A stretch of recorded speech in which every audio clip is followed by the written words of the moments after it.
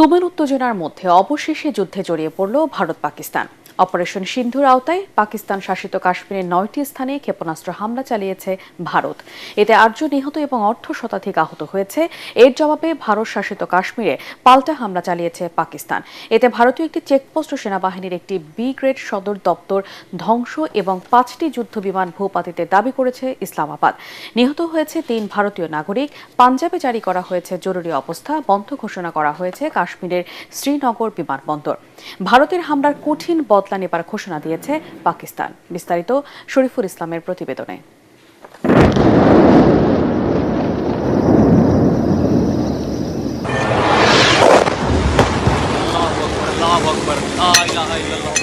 মঙ্গলবার গভীর রাতে পাকিস্তানের মুজফফরাবাদ, কোটলি, ভাওয়ালপুর সহ আজাদ কাশ্মীরের কয়েকটি স্থান লক্ষ্য করে একের পর এক ক্ষেপণাস্ত্র ছোড়ে ভারতীয় সেনাবাহিনী।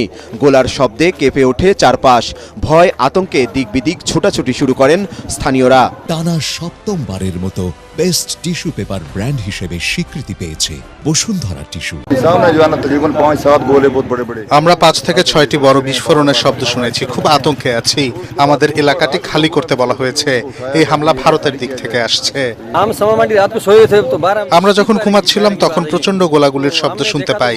মসজিদের মাইকে ঘোষণা আসে আমাদের যত তাড়াতাড়ি সম্ভব এলাকাটি খালি করার। ভারতীয় সশস্ত্র বাহিনীর দাবি, জম্মু কাশ্মীরে সন্ত্রাসীদের ঘাঁটি লক্ষ্য করে হামলা চালিয়েছেন তারা। বেসামরিক নাগরিক তাদের টার্গেট নয় বলেও বিবৃতিতে জানায় দিল্লি। এর কিছুক্ষণ পরই ভারতের হামলার পাল্টা জবাব দেওয়া শুরু করে পাকিস্তান।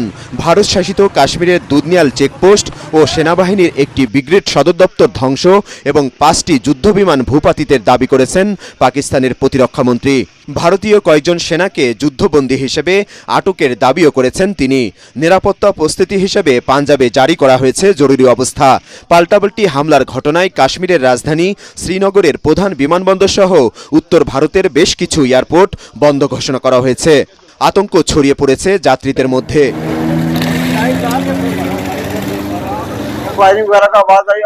গুলির শব্দ শোনার সঙ্গে সঙ্গে আমরা সবাই জেগে উঠি। আমি আমার বন্ধুকে বাড়ি ছেড়ে চলে যেতে বলি। আমাদের জীবনের হুমকি বেড়ে গেল। জানি না এখন কি হবে। ভারতের এই ভুলের কড়া মাসুল দিতে হবে বলে সতর্ক করেছে পাকিস্তানের সেনাবাহিনী। আহমদপুর ইস্ট মে আমাদের 6টি স্থানে 24টি আঘাত হেনেছে ভারত। এতে 8 পাকিস্তানি শহীদ ও 35 জন আহত হয়েছেন। কোটলিতে একটি মসজিদেও হামলা করেছে তারা। দিল্লিকে এর খারাপ পরিণতি ভোগ করতে হবে। পাল্টাপাল্টি হুমকি ও গোলাগুলির উত্তেজনার মধ্যে পারমাণবিক শক্তিধর দেশ দুটির মধ্যে যুদ্ধ শুরু হওয়ায় ভারত পাকিস্তানের মানুষের মধ্যেও বিরাজ করছে উদ্বেগ, আতঙ্ক। অস্থিরতা দেখা দিচ্ছে প্রতিবেশী দেশগুলোতেও। তবে জানমালের নিরাপত্তা, ক্ষয়ক্ষতি ও শান্তি প্রতিষ্ঠার স্বার্থে আলোচনার মাধ্যমে দ্রুত সংঘাত বন্ধের প্রত্যাশা উভয় দেশের নাগরিকদের। শরীফুল ইসলাম, এটিএন বাংলা।